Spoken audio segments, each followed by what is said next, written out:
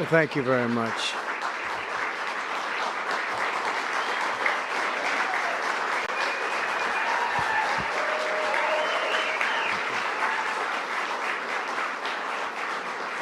Thank you very much, everyone. And I'd like to start by saying that our country is doing very well. Things are, as you can see, doing quite well. Please sit down. Before we begin, I just want to announce that I signed a proclamation a few moments ago honoring the 250th anniversary of Patrick Henry's famous speech to the Second Virginia Convention, in which he declared very well-known, very famous words, "Give me liberty or give me death." Has anyone heard the phrase? I think most of you have.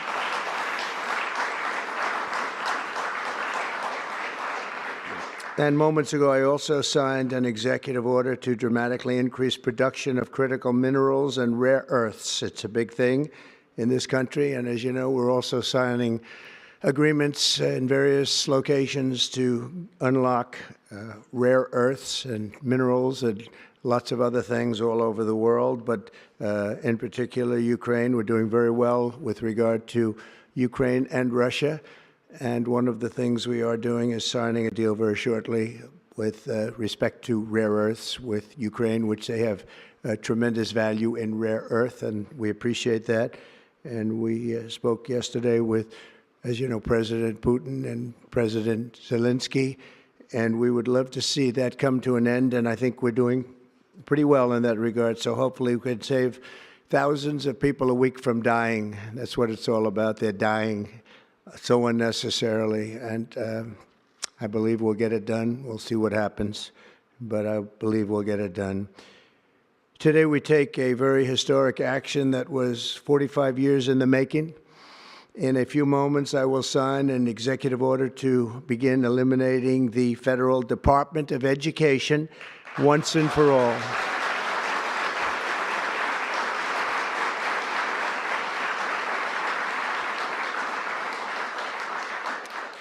And it sounds strange, doesn't it? Department of Education, we're going to eliminate it, and everybody knows it's right.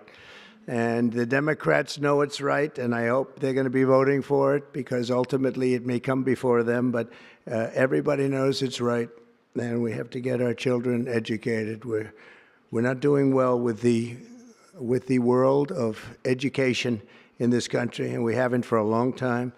And we're pleased to be joined today by the woman who I chose because she's an extraordinary person.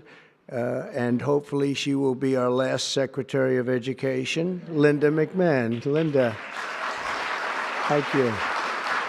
Thank you very much. That's another interesting statement. It's an interesting opening, right? But it's true, and it's been amazing how popular this has been. I tell people that this is what I'm doing today, and they say, "Oh, it's about time." Everybody says it. Republicans and Democrats have said it. They're all saying it. Also with us are some terrific people. Governors Greg Abbott. Greg, thank you very much. Governor Ron DeSantis, thank you very much, Ron. Mike Braun, congratulations on your victory, Mike. That was a big one. Mike DeWine, thank you very much, Mike. Jeff Landry. Jeff, thank you very much, Jeff. Bill Lee, thank you. Governors, all governors. Brad Little. Brad, thank you very much. Where are you, Brad? Hi, Brad. Jim Pilan, thank you very much, Jim. And Kim Reynolds. These are all people very interested in education. And I even see Dan Patrick over there, my friend Dan Patrick. We're joined also by Representatives Tim Walberg and Virginia Fox, Rick Allen, Michael Rulli, and again, Dan Patrick. Thank you very much, Dan. You've been a great friend of ours. And State Attorneys General Ken Paxton. Ken, I see you there. Andrew Bailey. Andrew, what a job you've done, Andrew. You have some good cases going. You've done a great job. Thank you very much. and co-founder of Moms for Liberty, Tiffany Justice. She's been a hard worker. Thank you. Thank you, Tiffany. When President Carter created the Federal Education Department in 1979, it was opposed by members of his own cabinet, as well as the American Federation of Teachers, the New York Times editorial board, and the famed Democrat Senator Daniel Patrick Moynihan. History has proven them right, absolutely right.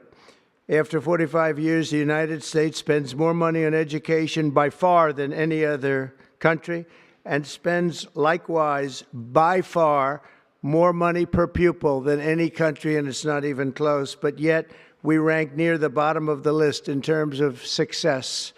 It's an amazing stat. Those are two stats you don't want: the most money spent per pupil, and you're at the bottom of the list. And that's where we are, like it or not, and we've been there for a long time. 70% of 8th graders are not proficient in either reading or in math. 70%. 40% of 4th graders lack even basic reading skills, can't read. Students in our public elementary and middle schools score worse in reading today than when the department opened, by a lot. In Baltimore, 40% of the high schools have 0 students who can do basic mathematics. Not even the very simplest of mathematics. I said, give me your definition of basic, and they're talking about like adding a few numbers together. Despite these breathtaking failures, the department's discretionary budget has exploded by 600% in a very short period of time, and it employs bureaucrats in buildings all over Washington, D.C. And as a former real estate person, I will tell you, I ride through the streets of Washington, and it says Department of Education, Department of Education. I said, how do you fill those buildings? It's crazy what's happened over the years. I'm pleased to report that after offering these federal employees 2 generous buyout options, and they were very generous, and they're good people, but they were very generous. My administration has initiated a reduction in force, and we're already cutting numbers that were really surprising to a lot, that we were able to do it so successfully. And we've cut the number of bureaucrats in half. 50% have taken office, which is great. Thank you. Under the action I'm taking today, a small handful of Democrats and others that we have employed for a long time, and there are some Republicans, but not too many, I have to be honest with you. But the department's useful functions, and such as, and they're in charge of them: Pell Grants, Title I funding, resources for children with disabilities and special needs will be preserved, fully preserved. They're all going to be so. If you look at the Pell Grants, it's supposed to be a very good program. Title I funding and resources for children with special disabilities and special needs, they're going to be preserved in full and redistributed to various other agencies and departments that will take very good care of them. And that's very important to Linda, I know, and it's very important to all of us. But beyond these core necessities, my administration will take all lawful steps to shut down the department. We're going to shut it down, and shut it down as quickly as possible. It's doing us no good. We want to return our students to the states, where just some of the governors here are so happy about this. They want education to come back to them, to come back to the states, and they're going to do a phenomenal job. You know, if you look, Denmark, Norway, Sweden, I have to tell you, I give them a lot of credit. China's top 10. And so we can't now say that bigness is making it impossible to educate, because China is very big.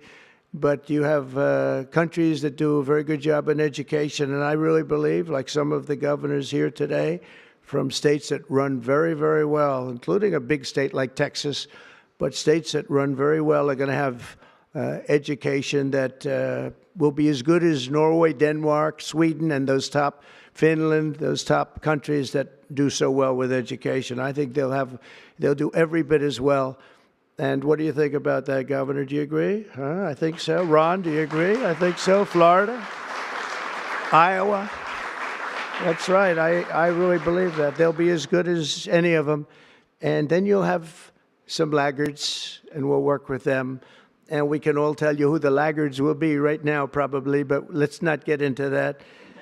But we'll work with them, and we're going to make them, they'll do a job. I think they'll do a job, and they'll go to sections of the state. For instance, New York, you'll have a Manhattan, and you'll have a Suffolk County, and you'll have Nassau County, and you'll have Westchester County. You'll do 4 or 5 or 6 of them. You have upstate New York, and those counties, I think, are going to do very well. And I think ultimately Manhattan should do very well. But we'll break it down into sections, and I think it'll be really, really good. And they're going to be probably the tougher ones, but I think they have a chance to do really well.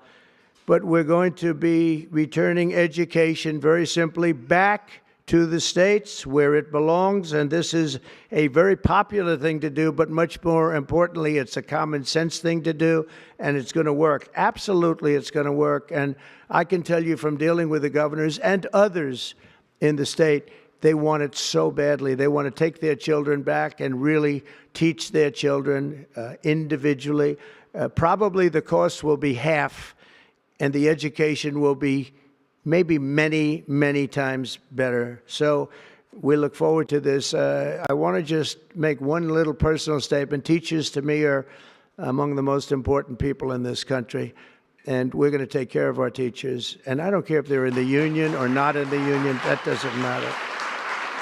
But we're going to take care of our teachers, and I believe the states will take actually better care of them than they are taken care of right now. They'll work all sorts of systems and even merit systems. Those great teachers are going to be maybe a little bit better rewarded, or maybe that's the way it should be, but the states are going to make that decision. But we're going to love and cherish our teachers along with our children, and they're going to work with the parents, and they're going to work with everybody else, and it's going to be an amazing thing to watch, and it's really going to be something special. And Linda, you're presiding over something that's so important, and you're going to do a fantastic job, just like you have your whole life. I know your whole life I've been watching you. I've been watching you for a long time. She's had nothing but success. So it's tremendous to have you, and hopefully you won't be there too long, but we're going to find something else for you, Linda, okay? So this will conclude what we are talking about with respect to our most cherished group of people, and that's our children. We want to have our children well educated. We want them to love going to school. We have examples of it. Look at those beautiful, bright-eyed faces. They are so smart. They're so smart. And with that, I'm going to come down, and we're going to sign a very important document, and we're going to be on our way. People have wanted to do this for many, many years, for many, many decades. And I don't know, no president ever got around to doing it, but I'm getting around to doing it. So thank you very much.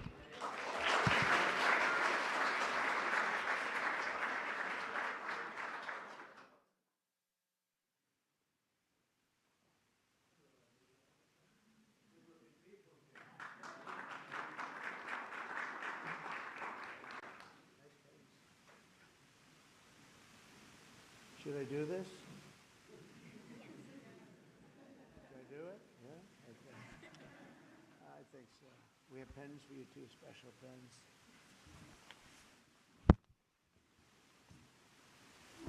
I'll take this one out. I had one that was very lucky. I signed another document that turned out to be very good for the country, and I said, let's use that same pen. I don't know, is anybody superstitious? Ron, are you superstitious? Let's use that same pen.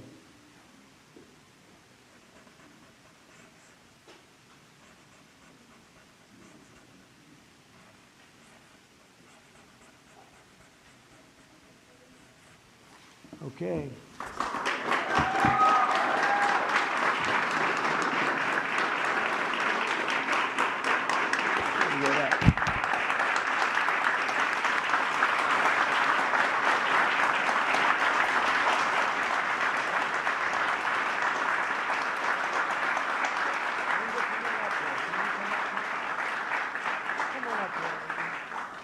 Can you come up just to say, come on up?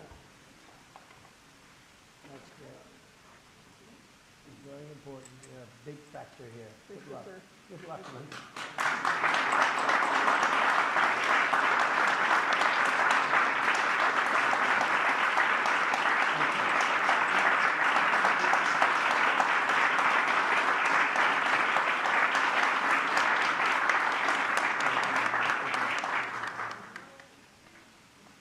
Thank you, everybody, very much.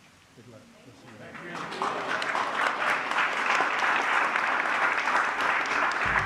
Thank you.